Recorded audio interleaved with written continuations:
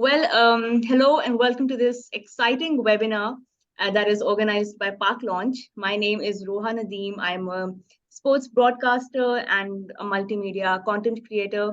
I host a podcast called Ultra Edge on Cricket, and I'm also a Chevening Scholar. It's really great to be here. I'm very pleased to be hosting and moderating this webinar. I'm going to go ahead and introduce the panelists joining us tonight for this seminar, starting with Mr. Ali Naqvi. He is the owner of the PSL franchise Islamabad United, who won the season in 2016 and 2018. He is also the founder and CEO of Aletheia Capital. Mr. Ali Naqvi, thank you so much for joining this webinar. I hope you're doing good. Thank you, Roha, for having us. Thank you. Well, I'm also joined by Mr. Khan Tareen. He is the Managing Director of Grassroots Cricket and Jahangir Khan Group of Companies. He is the former owner of the PSL franchise Multan Sultans, and that won the season in 2021. Tareen, it's so good to have you. Thank you so much for joining. Roha, always a pleasure being on your show, or being a part of the panel. Well, lovely to have both of you join us for this webinar. Now, the context that was given to us is very broad. Pakistan, sports, and the global context. So a lot to discuss tonight. And we will also be taking questions, which will be towards the end of this session. So before that, we'll just sort of try and see where this conversation goes, starting with, of course, something that binds all of us in this webinar right now, PSL, right? The brand has grown bigger and bigger every year. It's something that connects the entire nation. Every year we see more and more people coming out to the stadiums to support their franchises, and those who can't even make to the stadiums do so through their social media platforms, and just sort of brings the whole community together. And speaking of PSL, I'm going to start with you, Mr. Naqvi, Ali Naqvi. PSL, you have been there from the start. You have seen the brand sort of start from scratch, where it was all those years ago in 2016, when there were so many people who did not really believe in the vision that the PSL stood for. But today, looking back, 9 years on, it has become the biggest sports brand in Pakistan. First of all, what do you attribute that success to? And where do you see this brand going as far as the global context of sport goes? Roha, I think if I may start, you used the word scratch actually, right? So we obviously started from scratch in 2016. If I may say, I think we are still scratching the surface of what PSL can do for Pakistan, for cricket and for Pakistan. And I'll tell you the reasons why I'm saying that. I think in 2016, when it started, people who came in with a simple mission, actually, and the mission was that, and this has been, that story has been told, so I will not go into a lot of details on that, but the mission was that Pakistan cricket actually is second to none, and there is no reason why we should not have a very successful professional league. It was as simple as that, despite all the challenges which we have had at that point in time, including the absence of international cricket, security, blah, blah, blah, lack of infrastructure. And then obviously we showed faith, the PCB showed faith, and then ultimately the fans just lapped it up. And we never looked back. The reason I'm saying that we are only scratching the surface is that since 2016, if you look the last 8 seasons, obviously it has become the biggest brand in Pakistan, and probably the second biggest brand in league cricket globally. But the challenges have been immense. We started in 2016, security was an issue. Bringing it into Pakistan was a big question mark. People didn't believe in that. It came to Pakistan, the moment it came to Pakistan, 2018-19, and then COVID happened. So for the last 3-4 years, because of COVID, there was literally very little on the ground fan presence. And we never had the infrastructure ready for that as well. So season 8 is the first season where you actually had the whole season in Pakistan in front of fans And that also in front of four cities, basically, right? We still haven't gone into all the 6 or 7 cities, which theoretically it should happen based on the number of teams which are there. So that's why I'm saying that. So that's one angle. The second angle is that there's very little still infrastructure available, which is up to international standards in Pakistan.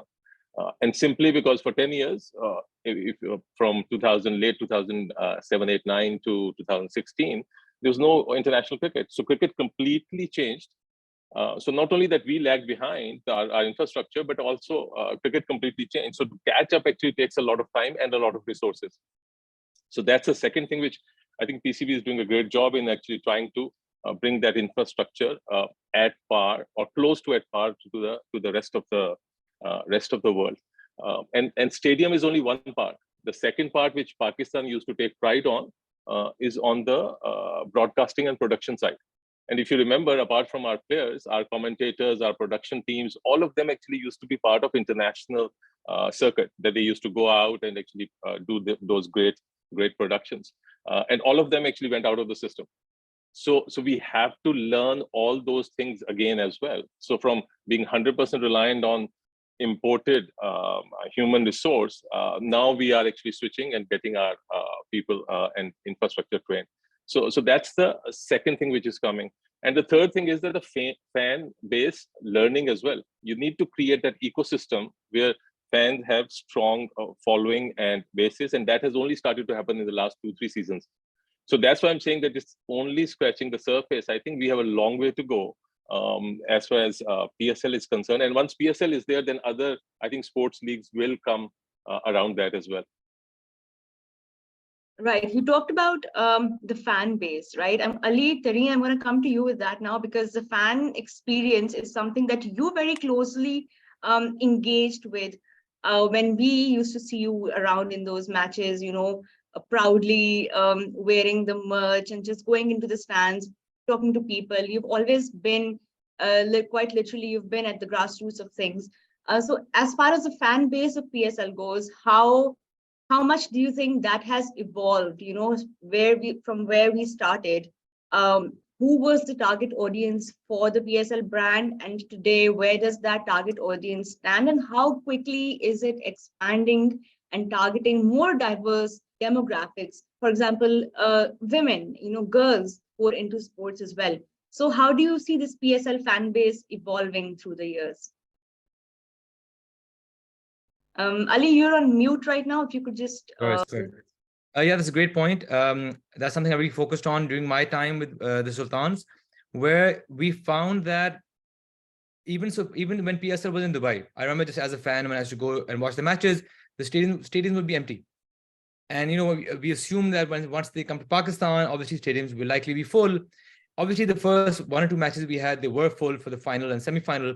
But when the whole season came in Pakistan, you would see that people weren't as willing or wanting to come to the stadium. And obviously, I spoke to as a cricket fan myself, I could understand that it was very hard going to stadiums. It's not a pleasant experience for boys and girls to go from their house, parking kidhar hai, kisi ko pata nahi parking kidhar hoti hai. Everyone's being directed somewhere, eventually park somewhere. Wahan se bus leni hoti hai, bus is overcrowded, koi security ka intezam nahi hota, everyone's just piled up on top of each other. Then you get into a bus, then you get to the stadium, then you go to the stands, koi kursiyan nahi hoti, pata nahi kahan ja rahe hain. Pehle, I remember growing up, used to go to matches in Gaddafi Stadium. Lathi charge to waise hoti thi, we all accepted ki to hona hi hai. But inside now, it was a great atmosphere. You had, you know, pizza stands, you had food over here, you had ice cream here. In this tight security ka zamana, just coming to the stadium is a hassle. And once you're there, but there's nothing else happening. Even the views are blocked with giant barricades. It's not, koi khana nahi aa raha, koi maze nahi ho rahe. It's not, you're not enjoying just being there. Only dedicated cricket fans go. So I've gone with a couple of friends of mine, pre-owning Multan Sultans, and halfway through, most of my friends who aren't cricket fans are like, you know, aadha match ho gaya, you know, I think we're going home now. And only the hardcore cricket fan would stay on. So I think that's something we really need to focus on, and that's what people like things in the IPL, even here in the English cricket season here. A lot of people is doing this. A lot of teams are doing this, where they're actively focusing on stadium experiences. So this is the kind of stuff we need to change. So when I was in Multan Sultans, one thing we noticed was that, chalo, this is something the PCB will do, but what can we do as a franchise? How can we engage the people more? So we started thinking, okay, if we're a Multan team, let's go to different places in Multan, do some activities and invite people to the stadium. Make it easy for them, because a lot of people say, how can we get tickets? Even the tickets thing outsourced to, website. A lot of people would go there, people wouldn't know about it, it wouldn't be advertised properly. I remember Ali and Salman Iqbal were two of the pioneers who were talking about, how can we get more people to get tickets more easily? So how can we provide them tickets so they can come easier? So even as owners, we were thinking about this. But so one thing was that we tried a lot of things, but PCB obviously they gave us a lot of support, but they weren't really that focused on this point. So for example, I remember we would say, we have these many games in Multan. We want to book, 3 stands, and we'll just, we'll buy all the tickets, and then we'll invite people and guests, and we'll give them to girls' schools, boys' schools. We get people from universities. We'll get people, retired sports people coming there. PSP were like, aap khud jaake apne tickets le rahe hain. Okay, we'll buy you a bunch. I'm kidding. We don't want a bunch. We want the stands. We can decorate them. Hum, kuch khane laenge, wo laenge. There's no. This can't happen. It's too much of a hassle. Chodo.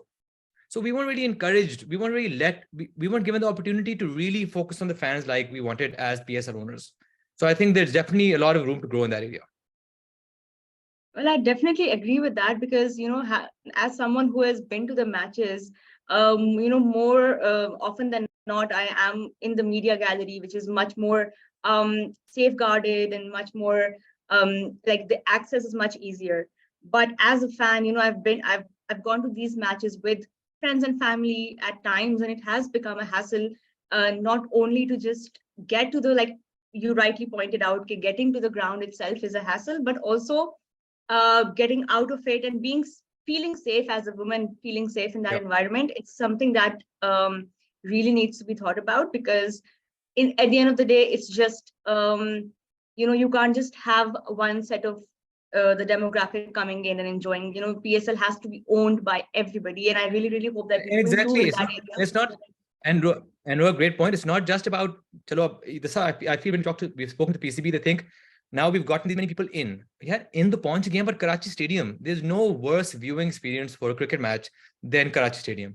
I went to the PSL final when I was the owner. Quetta ka final tha, I went to watch it in Hanif Muhammad's stand. Main ka maza aayega. Took a bunch of my friends. We had 20 of us. We got there like 2 hours before the match. We got seats lower on. Samne these giant junglas. You're so far from the ground. You can't see anything. Atmosphere nahi hota. I'm like, how is this was the VIP section? I'm like, this is VIP. Better just to watch it at home on your HD TV, but so much better. That point, so much better. So when people Naqvi also, Karachi Stadium is empty, obviously it's empty. No one wants to watch it. And it's just it makes you wonder, because Mr. Naqvi also mentioned right now that we've only played the PSL in the bigger cities as of now, and we are yet to go into Peshawar and Quetta and Multan and sort of really own these cities. And how do you expect to do that in the smaller cities if you can't really manage it in a sophisticated infrastructure, like, for example, the Gaddafi Stadium? But anyway, fingers crossed. I really hope that this experience does improve, and it's an ongoing thing, and I really, really hope that we can see some improvement in that. Mr. Naqvi, you have, as we discussed, Islamabad United has been, it would not be wrong to say that it is probably the most successful franchise of the PSL in terms of results, in terms of consistency, in terms of applying those innovative techniques that are often neglected, or maybe you are always the first ones to innovate and to believe in thinking out of the box. Your hashtag is also Dimag Se, which also sort of really perfectly states what the franchise culture is all about. Now, we're talking about the global context. So first of all, as a franchise owner, where do you see the Islamabad United or the United franchise expanding? Because we've seen with the IPL, the franchise owners, they have expanded onto other leagues across the world, and the players are being allowed to feature in all these leagues. There are these huge contracts being made, that bind these players, and so much is going on. There's so much commercial value attached to playing with one franchise. What is your take on these franchises going global when it comes to Islamabad United? So I think if you allow me, if I may make a comment actually on your previous question to Ali, and then I'll come to this as well. I think because you guys focus on startups in the new economy, so think of PSL in the startup lingo, and the lingo basically is that it's the first or second version of app coming in, and obviously it will have a lot of teething problems as the user experience goes in. There'll be a huge feedback coming that okay, what needs to be improved. So the user experience is not smooth, the user experience is not great. We have to think about security, we have to think about the infrastructure, we have to think about the response rate. So whatever you have in the startup lingo can be applied to PSL as well. And that's why I say, so it's glass half full or half empty. Despite all these issues, it's the biggest brand in Pakistan. And imagine as over the years, the whole ecosystem learns. Because I think you have to appreciate that people have to learn to see what needs to be done to have a better user experience, whether that's on the security personnel side or infrastructure side or the infrastructure improvement. Most of our cricket stadiums are very, old style basically, right? What Ali is talking about. They are not equipped to have a very immersive, close experience. So, and how do you change that overnight? It's very difficult to change that infrastructure. So I think that with each, as I would say, with each new version of that PSL season coming through and PCB cricket overall, you will see improvements coming. So to me, that's the first thing. I think the second thing is I think it's very tempting actually to think about going global and buying leagues in buying teams in other leagues. Let me put some perspective around it. Apart from IPL and probably BBL, none of the other leagues are profitable still. So I think going into other teams actually is easy. But the key is that whether they are sustainable or not, because we worked on a lot of CPL, LPL, other teams to see whether they have a sustainable model. IPL obviously has a very different model, and the reason they are going in is also because what the English clubs do as well. It's a lot to do with income tax taxation. How do you value? How do you try to actually manage your P&L? So I think we need to stay very objective. And what I've seen is that in businesses where passions are involved, it's like sports or like entertainment. It's even more important to stay very focused on whether the initiatives can be sustainable. So I think we should definitely think about going global and looking at other leagues. But at the same time, we need to make sure that first our PSL actually is at a level that it actually can be sustained and replicated. And as we are discussing right now, there's so much that needs to be done within PSL first. I think if we can make PSL truly a top 2 league, that in itself will be a huge achievement, right? Frankly, we don't need to worry about what happens in CPL or what happens in LPL. We have the second largest fan base in the world. And if we can give them a very good experience where Ali takes his 20 friends with him and is really happy coming out of that match, I think that, to me personally, and if I may say that as a collective PSL or PCB, that should be our first aim. And then everything else comes later.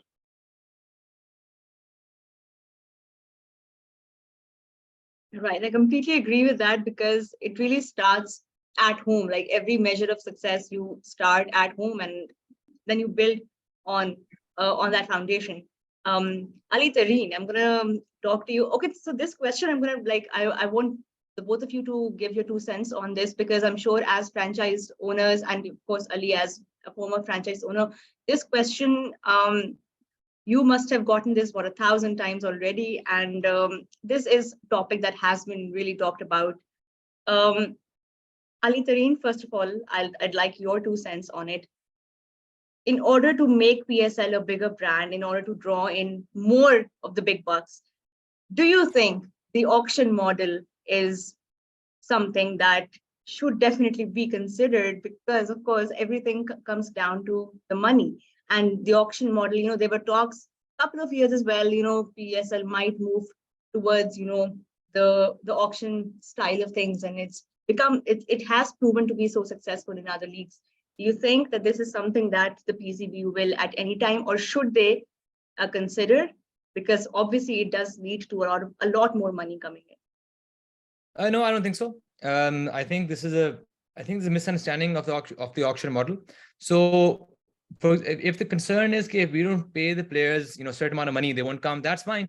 In the draft model, आपको जो top tier platinum, आप उसको double कर दो, आप उसको triple कर लो.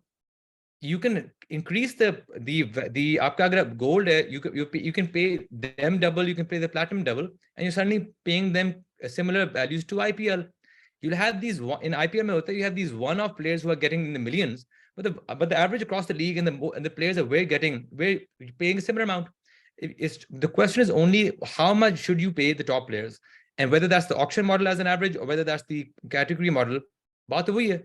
And it's not about, I think, bringing value to a league is not कि आपने चलो एक player को बहुत पैसे दे दिए, because I think the most exciting part about PSL are the people who come and make huge impacts. For example, in recent years, last 2 years, one of the most exciting players the PSL has had, two of them. One is Will Smeed for Quetta. One is Harry Brooks for Lahore Qalandars. Were these guys the big multi-million contracts? No, they weren't. They were the young, exciting guns out of nowhere, came and lit up stadiums, and people loved it. Were they happy we have these established names coming in, or were these young guns more exciting? At least for me, I think Harry Brooks and Will Smeed and these guys were way more exciting than the more established players coming in the league. Even somebody So like Tim David coming in, somebody like Tim David coming into the PSL and then going to the IPL and being the highest sold player. So that really shows you where the graph is going. And to the earlier point about the future of PSL, I know Ali was talking about it earlier about we have to focus on the PSL and has to be profitability. I don't agree with this. I think the future of any professional league, whether it's football, whether it's cricket in the IPL, any of these things, it didn't change when they started investing abroad. It changed when institutional money started coming in the game. It's when these big institutional investors from abroad, from the US, from these investment groups, they started investing in teams. Once this inflow of large amounts of capital comes in, that's when your thinking changes. So, Abhi, for example, we're talking about, PSL. Ideally, every franchise should have its own stadium, and then they can do, more fan engagement. They can do more activities. Abhi, we're looking at the PCB. The PCB doesn't own 6 stadiums. Abhi, the Multan Stadium, it's leased to the PCB from the local government. So if we want to say, listen, as Multan Sultans, we want to make some changes, PCB can't authorize it because the local government, Multan ke DC ko phone karna padega ki yaar, actually hum ye kar rahe hain. It has to go through the board, then has to go. Ho nahi sakta. It's only when every team has enough institutional money coming in, ideally in dollars, that you can say, every team is going to build our own stadium. Once we build our own stadium, we're going to put in VR, we're going to put in motion detection, we're going to put in, fan engagement booths and activities, and we're going to rent it out for events and so on, so on, so on. That's when you have money to say, okay, because we have so much money coming in, investing in this team, now this holding company is going to invest in a team abroad. So it's not the original owners who are investing in teams abroad and expanding it. The original people like Ali Naqvi and the pioneers who started PSL brought it up to a certain level. The next step, as Ali was saying, the 2.0 version is when international investment comes in any startup. And that's when you go global and you start thinking big. Because you have the money coming in, you start thinking, actually, PL mera theek ja raha hai, but in the next 10 years, I'm going to invest this much capital in a stadium here, in a training facility here, in a team in the US, a team in South Africa. And in those 10 years, I'm going to build my base here. And that's the value I will deliver to my shareholders and the value I'll give back. That's when things start changing. And in the IPL, look at the values. The values aren't the original owners. How many of the original owners still own 100%? It's all with the new international capital going in. So I feel the next step for PSL is international investors coming in, joining with the original founding investors, taking a percentage, maybe it's a majority percentage, and together growing the pie and becoming a global brand. That's in my view, is the future of PSL. Ali Naqvi, I'd like to rope you in on this and love to hear your 2 cents on this. So auction, I think auction sounds very exciting. It sounds very exciting simply because then when the draft happens, actually there's an auction and everybody gets a kick out of it, basically, essentially, right? It's nothing more than that. So it's very appealing to the fan base. but it doesn't change the dynamics. I think the dynamics can be addressed by, as Ali suggested, that if you want to pay the top guys more, you can always pay that. You can that within that pool, you can always move it around. Number one. Number two is I just want to emphasize that PSL actually is very, very competitive. If you take IPL out, the top limit for 100, in what, 2 months time or 6 weeks is £100,000. So it's being done by a very rich board, much richer board than PCB, and that actually is only 40-50% of what PSL is paying to their top players. So I think it's a misnomer to say that PSL is not paying competitively. Number one. Number two is that I think there will always be new leagues coming which will not have any fan base of their own at home and would like to throw money, right? And ILT, if I may say, is one of those. They have zero fan base, and so the only thing they can do is actually they can come in actually and try to throw money. But that actually cannot be sustainable because you don't have a home fan base. So that's so we have to actually see each league how its position. And to me, apart from 3 or 4 leagues, when I say it's IPL or PSL or BBL, and actually probably now South African League because they have a very strong home base. So those leagues probably are viable, sustainable, and can grow. Number one. Number two is I don't know whether we should move into the institutional money and what it can do and how cricket can evolve. But I think I have a little bit broader perspective than only PSL because, and if I may say so, this is nothing to do with Pakistan, just in broader thing that cricket is the only I think large sports left which is actually driven by a colonial setup.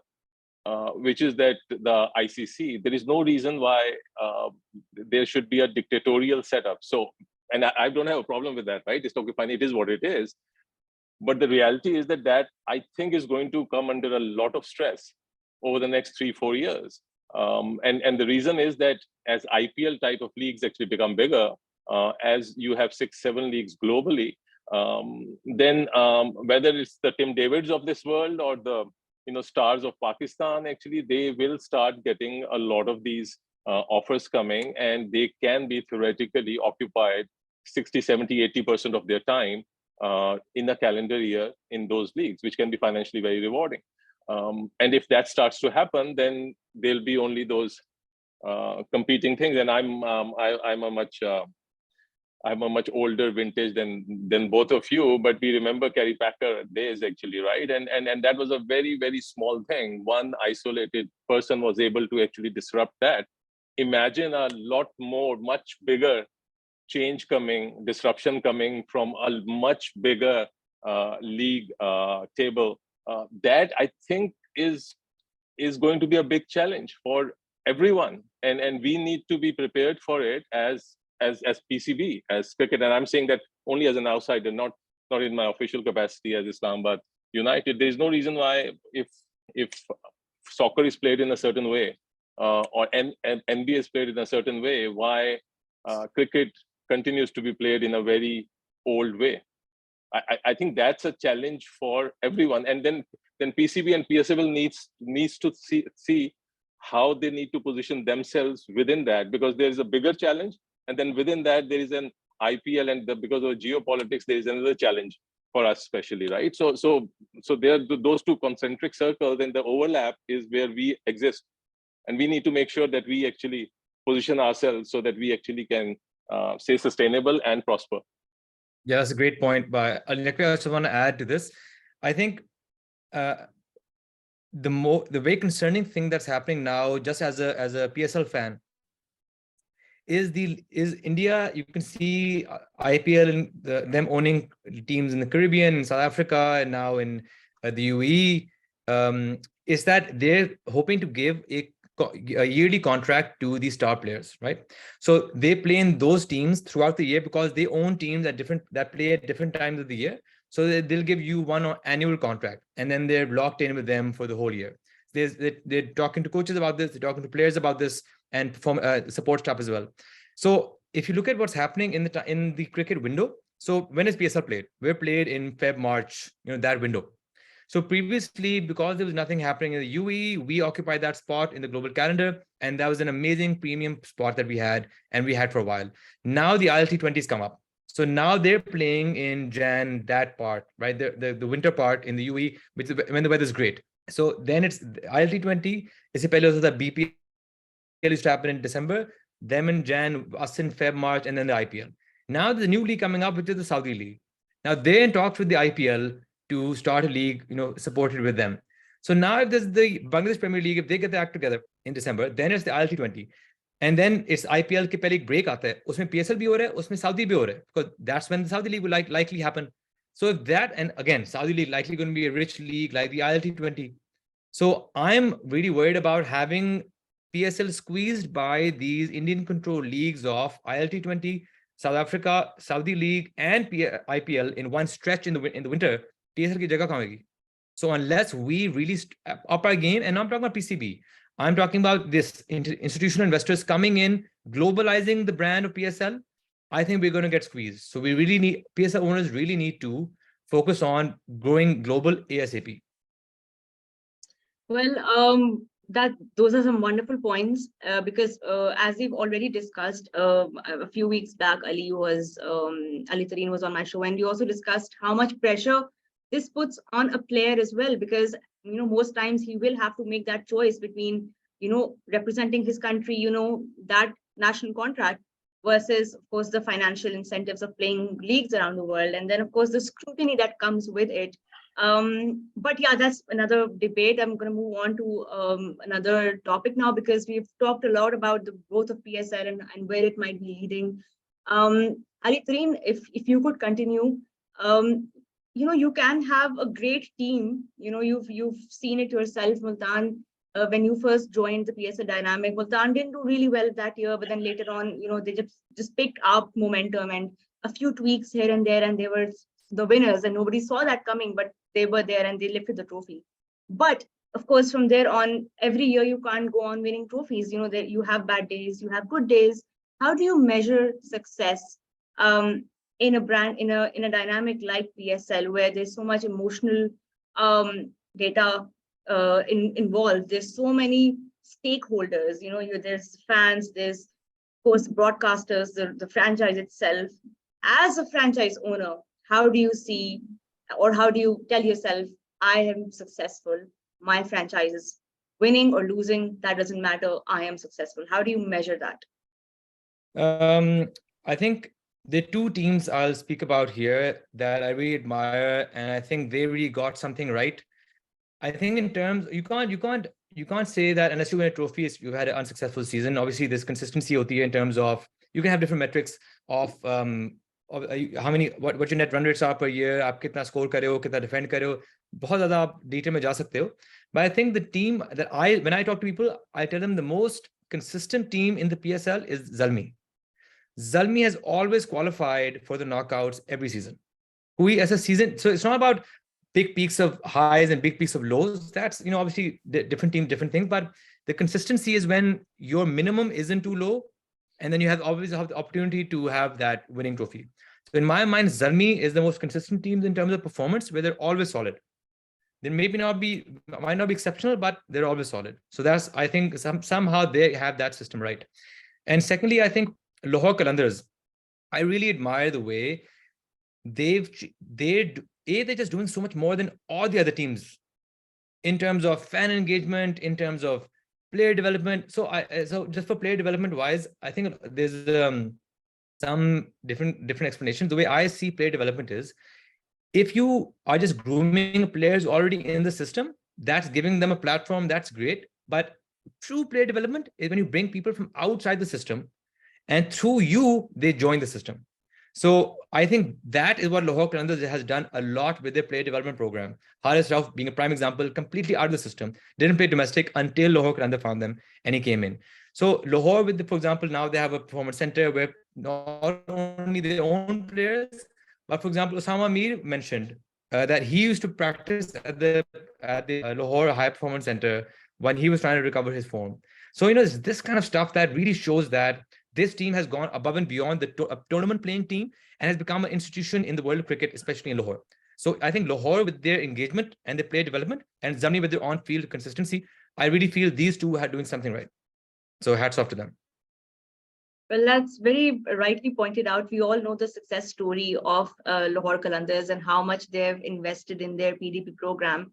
And that's for everybody to see. But it's interesting how you spoke about consistency being key rather than the highs and the lows and those peaks.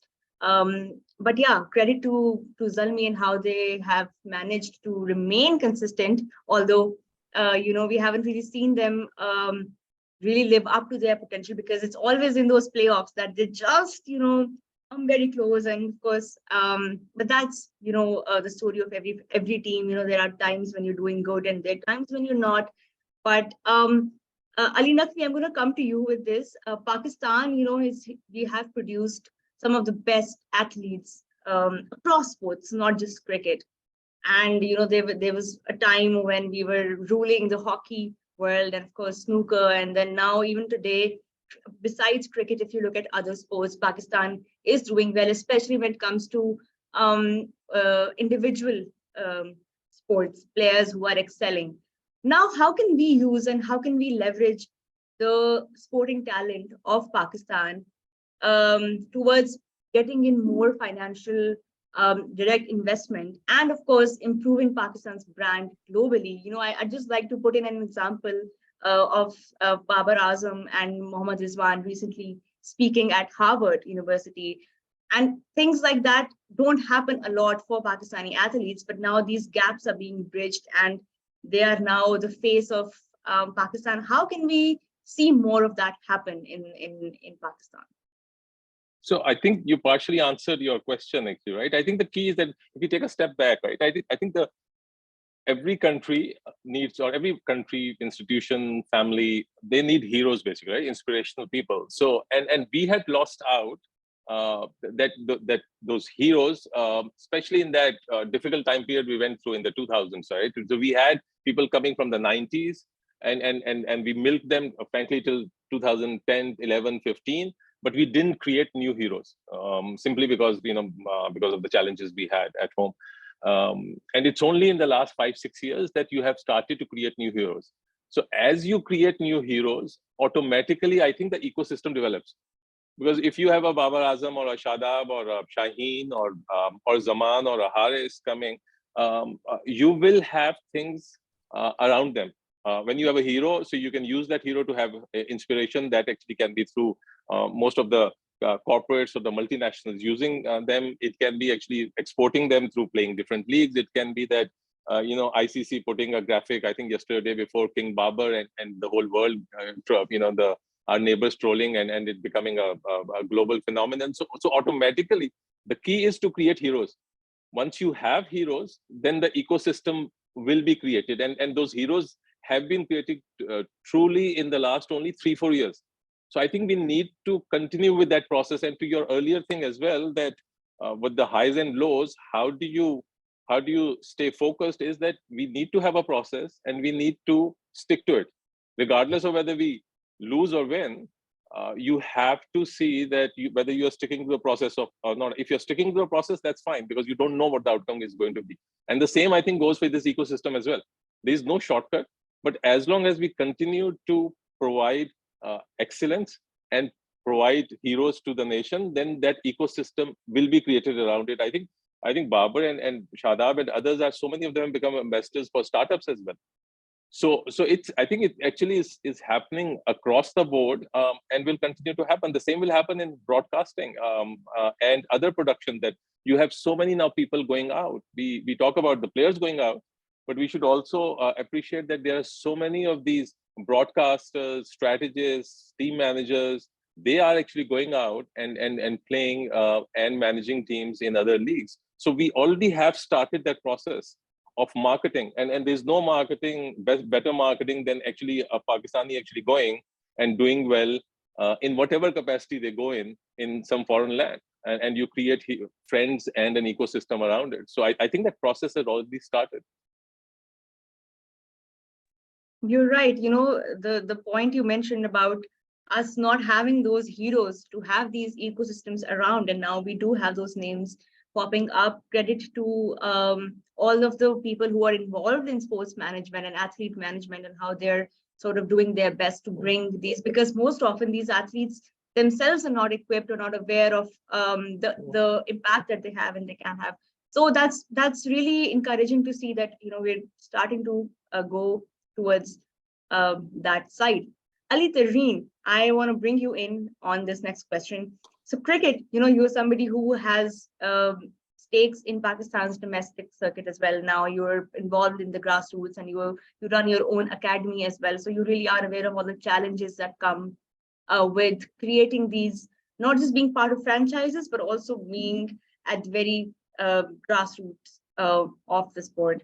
Now, if you take a step back and if you look at it from a spectator's perspective, you know, forget for a second that you were involved and just view cricket as a spectator. Do you think the sport itself is keeping itself competitive when it comes to soccer, when it comes to these esports, all of these other forms of sports in terms of gaming and all of these bigger brands that are popping up now? Do you think cricket, because we still only have a handful of teams playing test cricket, and that has not changed in the last 10, 20 years. Where do you see cricket really, how do you see rather cricket competing with these other ever so evolving sports, you know, in this global context? I think cricket is a sport that has taken its time to evolve. So even the new formats, knowing that it's a shorter attention span, they're trying new things globally, where T20 came up, then T10 came up, thinking that might be it, but maybe that didn't catch on as well. It was too short, not enough nuance in it. Now the 100 came up as an option, that hasn't really taken off. So I think we're trying things a little late, but it is evolving in terms of the broadcasting, in terms of the quality, in terms of the way we're playing it. So it's an ever evolving sport. I think entertainment wise, the focus, I think the biggest gap we have is not what's happening on the field, but what's happening in the stadium. As we mentioned earlier, the fan engagement isn't where it should be compared to sports around the world. There isn't really a pathway system in terms of fan engagement. So for example, you'll see, for example, the NBA is huge in the US, globally also, but it starts with the love of basketball at a college level. So college games are huge in the States. And that's where your love for basketball and that atmosphere and going to the games, watching them live, that's where it develops, where you're going every week. Same with NFL, college football is a huge thing there. I think for us, we're only focusing on the final product, which is the international stuff in the PSL. We're not really focusing on, okay, guys, how are we getting people involved in watching cricket and being part of this? Or, you know, I go to the stadium with my father, you know, my first game I went with my family and my friends. Well, obviously we grew up doing this, but now with all the security concerns, this is not what's happening. So I think what cricket needs to do is make it more of a community feel, where you're going to your local game on the weekend, you're going to your school games, you're going, you know, that's something you're going to regularly. And then also that passion takes you towards PSL, international cricket, and test cricket. Yahan to test cricket, when I come here every summer and I go to as many test games as I can, because you know, it's like a whole thing. People are going, log apne akhbarein leke ja rahe hain, kitabein leke ja rahe hain, getting all their friends. It's like a day out, right? It's like hum picnic karne ja rahe hain wahan. Test cricket Pakistan is an azab. आप बैठे होते हो वहां for the whole day, कोई खाने का scene नहीं है, seats uncomfortable हैं, कोई घास शास नहीं है, कहीं बैठ नहीं सकते आप, कोई आपको, you can't really bring your own food from home. यहाँ तो picnics लगी होती हैं Lords में. You know, so I think that's where we need to up our game there, especially in Pakistan. Ali, I think you're forgetting, you know, things like the Party Lounge and all the thousands of other sponsors that are coming in and asking the audiences to 20 people who get selected for the Party Lounge are lucky, but the non-20 people now. Yeah, Roha, if I may, actually, there are 2 points there. I think the first one is that if other sports actually benefit and come through, that actually is good for cricket as well. Because I think competition in everything is good. Because right now cricket thinks that, you know, it's only cricket and nothing else in Pakistan, which I think, you know, people who are frankly sometimes managing it as well actually take it for granted that, okay, you know, we are the only game in town. So if you have other sports coming, that I think will be actually better for cricket, and also for the infrastructure of sports. I think that's the first one. The second thing is, especially on esports, I think they are not mutually exclusive. I think the way in 2 years, 3 years, 4 years, whenever, it actually is going to be much more immersive, whether you're in the stadium or at home. You actually theoretically should be watching, should have a Roha's actually commentary going on in an inbox next to it actually, and then you should have an some esports related cricket thing going on, and you may be playing on that as well. So it actually will, and you may be in the metaverse actually and having some other discussion. So it actually will become very, very interactive. So a lot of these things coming up will actually help the overall ecosystem and individual sports. That's Right. great. I It's completely agree. That's a great point. Yeah. It's funny you mentioned that because, and I was going to come to this as well, the topic of technology and how we're integrating it into the whole fan experience. But Ali Naqvi just mentioned that, there is so much more that can be incorporated in the fan experience. For example, the metaverse and all of that. But it's so funny if you think about it, because now if you go and watch a game in Lahore, more often than not, you don't even get mobile signals. So we're so far behind getting that technological fan that we're often like, of course, in the press gallery, you have signal and you have Wi-Fi, but in the fans, in the stadiums are there because of security reasons. You most often don't even have signals, and that creates more bottlenecks. Anyway, we've spoken a lot about the fan experience, and I'm sure this is a debate that will continue to evolve. But coming towards technology, Ali Naqvi, now technology is something that Islamabad United has always really felt strongly about as far as data goes. Your captain proudly says that we're a data-driven team, and he prides himself on it. Of course, the franchise stands for it, but he also takes responsibility when sometimes the data does not, help in the way that you hope it would. But talking about data integration and how much Islamabad has, believed in that from way before other teams did, where do you see technology integration going as far as the future of your franchise is concerned? What more do you think can be done? And because now only, the PCBs have also started really looking at data analysts and really like sort of giving them more importance than they historically have. So credit to the franchise owners like yourself who have brought forward that idea. But moving forward, where do you see technology integration going, from this point onwards? So I think broadly there are three. I would segment them in three different parts. I think the first one is the data analysis, the analytics side, right? How each bowler you can actually do matchups and all that stuff, right? And that's something which, frankly, we did Moneyball, basically. That's what we, we had read the book, watched the movie. So we thought we should do that. We started with that. I think Multan actually adopted it very, very quickly from the first season. And now I think it's widely used. Data availability is widely, I think where the difference could be that data availability is there, who uses the data under pressure. The key is that actually, right? Data availability is now, I think wide. So that one is data analytics. I think the second one is where technology actually is making a big difference is on the way fans see the sport.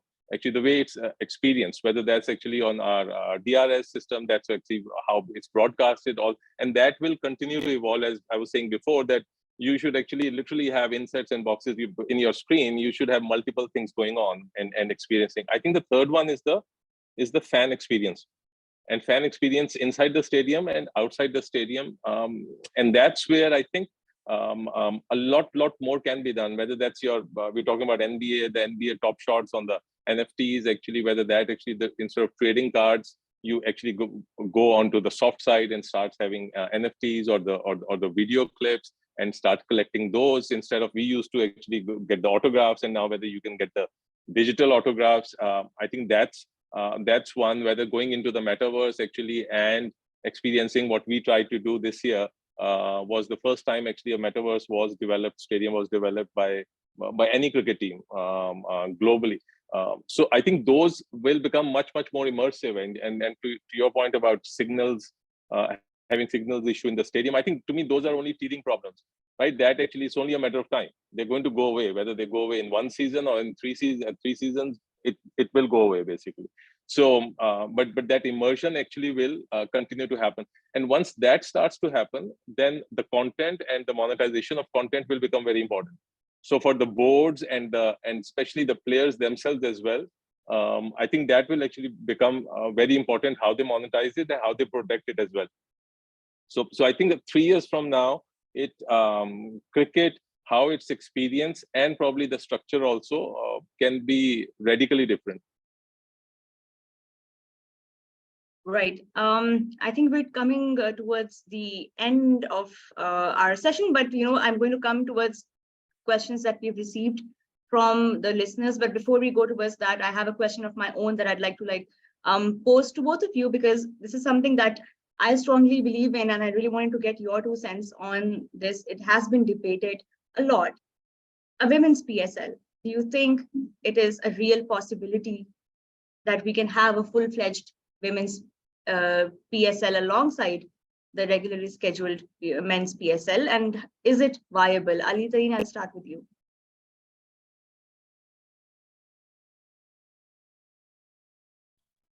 Ali, can you hear me? Aletheia? Brainer. Yeah. Cindy, one I was asking, please.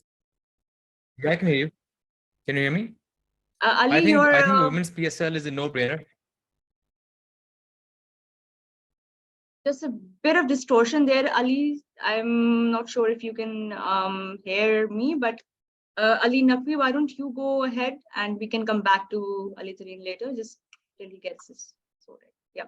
So sure. So I think I'll pick it up from what Ali Tareen was saying. I think PSL Women League, or Ali, why don't you go on first? Yeah, can you guys hear me now? Yeah, we can. I was saying, I feel a women's PSL is an absolute no-brainer. I've been asking for it.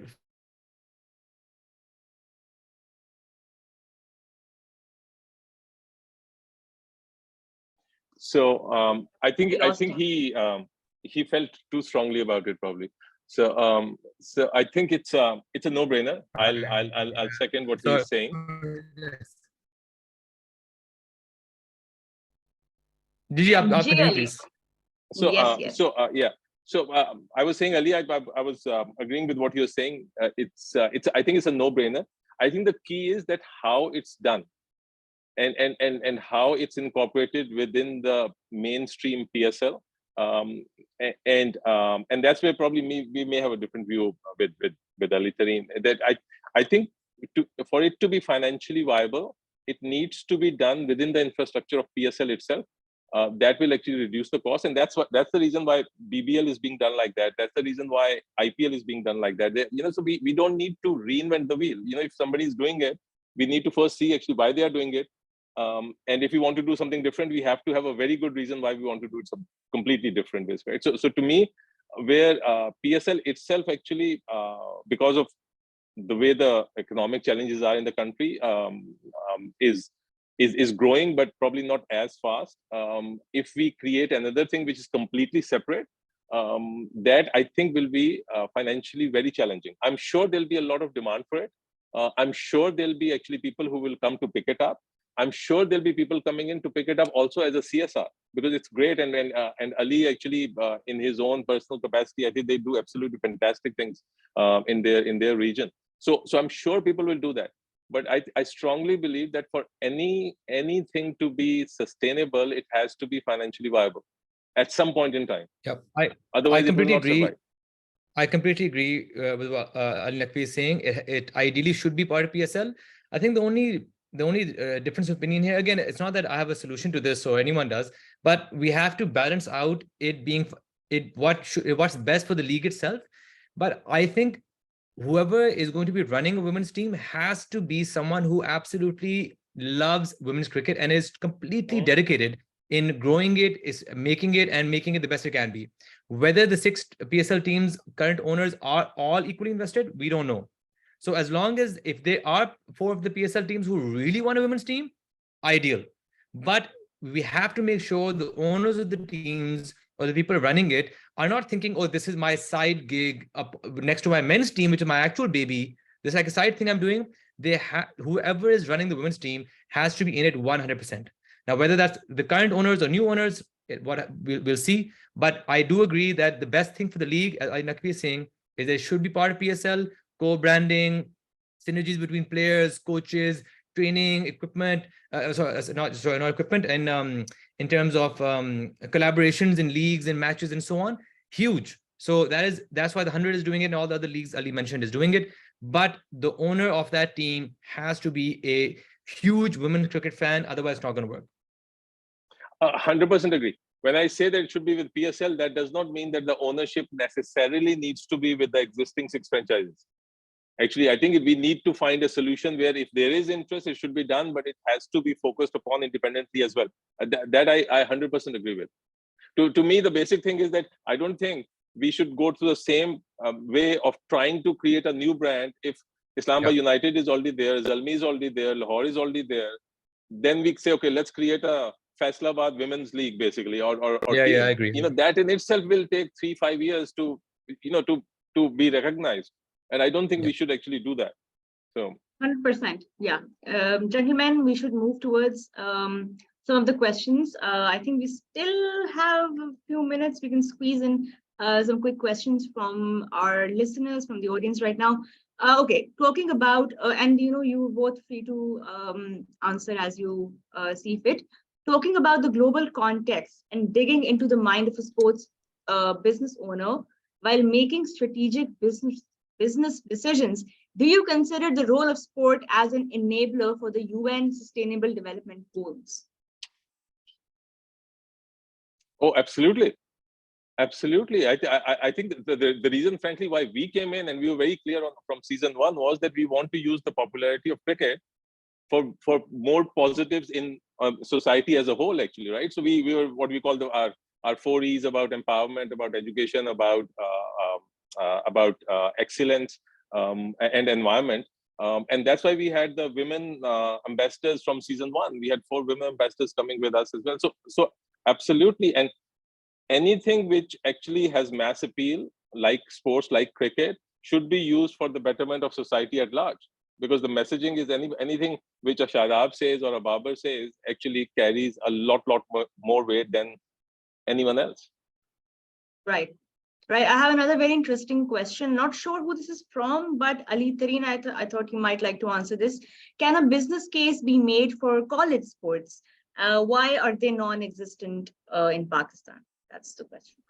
Yeah, that's a great question, and something we talked about earlier, where we need that to be a big thing in order for the community. It's too much of a, okay, this is one highlight once a year for 1 month, and then that's it. There has to be community engagement, and it has to happen at a city level or a village level, and that's what happens through schools. PCB has been trying to do it for a while, but hasn't really made a mark. I think this is where an empowered franchise with international investment comes in, and they build the ecosystem locally and then grow it globally. So that's why I'm a huge advocate for international money coming into PSL. Right. We have a lot of questions coming in from the academia, from people, especially from some universities and the academics. So I have one question. Mr. Naqvi mentioned teething issues. What is the future of Pakistan as an event host for other international sports and entertainment events going off of the success of PSL? Can bet on seeing us being able to host other World Cups and championships and qualification events in the next 10 or even 5 years? So I have a very short answer to that. I think it depends on geopolitics. I think that we have to have the appreciation. Again, there is a lot of emotions involved, and it's being discussed right now as well. But I think if we have geopolitics, and we have to appreciate that economics do come into play in decision making for a lot of other boards, right? So if one board is getting 38% of ICC money, and the second board is getting 6.8% or whatever that number is, under 7%, then you know where the economic strength and the power lies. So we have to be realistic. You can be idealistic, that's absolutely fine. You can be aspirational, that's absolutely fine. But you have to be realistic at the same time too. So I think we have to focus on trying to solve for these geopolitical things which are not in our hands or the board's hand. Number one. Number two, if I may say, we are talking about the future of cricket a lot. I think IPL success and its size and BCCI size, if I may say, does not necessarily mean that they will actually have a smooth sailing. To me, one potential scenario is, and I may throw it out there, is that the biggest challenge to BCCI probably will come from IPL. So imagine if IPL teams are franchises actually own 6 other leagues, franchises teams, and they actually have their own international circuit. And somehow they are not allowed to have Indian players in it, and they know that in the if they have Indian players in it, the size will become 5x of whatever they have. Guess what the next step will be? We already know that some of the Australian international players want to retire earlier because they want to play more league cricket, right? So and these news keeps on coming. And I think it's only a matter of time before that starts to happen for Indian players and other players too. So I think we need to stay focused on our product and keep it good at home. We have a strong fan base, and then see how the system is developing, and then adapt accordingly, and not get swayed too much with emotions. I think that's because our strength is our fan base at home. We have 200 million people who actually love the game, and we need to stay true to them and give them a good experience.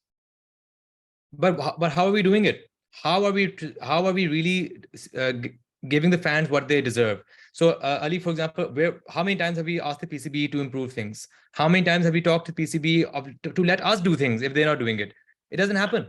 I feel unless we really take control of it and have our own stadiums with our own training facilities and our own system in place, we're never going to satisfy. We will never serve the fans like they should be satisfied. So I don't think that's going to happen unless we really up our game in terms of investments and going global. PCB kabhi nahi karega. So yeah, okay. I have to be I think getting funding is not the issue. I think getting the right regulatory infrastructure is the issue. And getting the right infrastructure actually is something which takes time and is dependent on a lot of other things which are not in our control.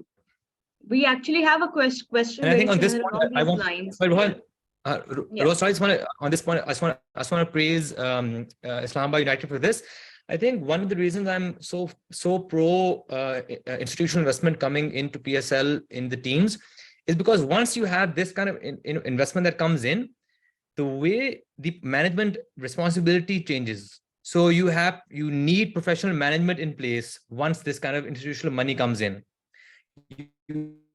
It brings enhanced governance to it. So the way Islamabad United, for example, I feel is the most professionally run franchise of all the teams, is because Ali, being from the world of institutional investment, he was able to set up a proper management team of professionals who he empowered in terms of the financial performance of the team. In terms of even with PCB, they would say that Islamabad's documentation every year, all the things they have to do, all the checks, all the finances, everything is absolutely top class. And that's because of Ali's background. The other teams, I'm not going to name anyone, but they weren't as professional. Their governing wasn't as high quality as Ali's. Their management isn't as professional as Ali's. So the more of these institutional investors come into other teams, their own governance and management will also improve. So because all of us don't have Ali's background, we don't run things like he does. So once they come in, I think this infrastructure can develop, because they'll all be professionals. They'll all be this kind of high caliber international thinking people, where we need this kind of governance, where we need this kind of structure. And I think that's what will really take PSL to another level. Right. So this was actually the exact question that somebody asked about institutional investment and the kinds of revenues and returns that it could generate. So I'm glad you guys already answered that. I'm going to move to one. I think we can take a couple more questions. Somebody is asking, have franchise owners considered subscription or membership model for fans? If anybody would like to take that. I can take that. I can say that we have tried a lot. We have experimented from season 1 onwards, tried a lot. I think that's part of the education process, like the metaverse we did right now. And we had a digital card membership actually about 6 months ago. And on day one, we had about 25,000 people signing up. So there's a lot of interest around it. I think the key is that what can be provided within that, and what the experiences are, and how easily the infrastructure supports it. So the metaverse, which Roha, you're talking about, is not only inside the stadium but outside the stadium as well. To have a very good metaverse experience requires actually you have a very high bandwidth, basically, right? Your experience actually needs to be better. So I think those things, and learning the whole thing actually takes time too. For us, actually, because our fan base is not used to a lot of new technologies, so coming up the curve actually takes time. But these are all, again, I would say, teething problems. There's a huge demand and appetite for these things, and I think it will happen. We have experimented. We are probably a little bit ahead of time, as always in every season, but we continue to create things which actually can be monetized. Like, I think the merchandising has started to happen a little bit, especially at the PCB level and some of the franchise levels as well. So I think if you give it a few more years, it will happen. I just want to add to this. Again, every year, Islamabad United is at the forefront of this. But subscription देके हम क्या देंगे उनको यार? हम fans को क्या देंगे? अगर हम कहेंगे अच्छा जी इतने fans, we're going to bring this player to for these 25 people or something. PCB says no. If we say अच्छा we're going to have this before in the half time हम ये चीज करेंगे. PCB कहता हम नहीं कर सकते, security concerns. We want to do merchandise. We want to have merchandise stalls at every stadium. PCB says no. तो हम उनको subscription पे देंगे क्या बेचारों को यार? Well, let's not be really pessimistic already about this, Ali. I'm glad that you're always very realistic with your ideas and always so passionate. It's always great to speak with you. So again, thank you, Ali Tareen and Mr. Ali Naqvi, for joining us for this webinar. We had a host of issues and topics to discuss, and I am not sure we could do that in just an hour, but we tried our best.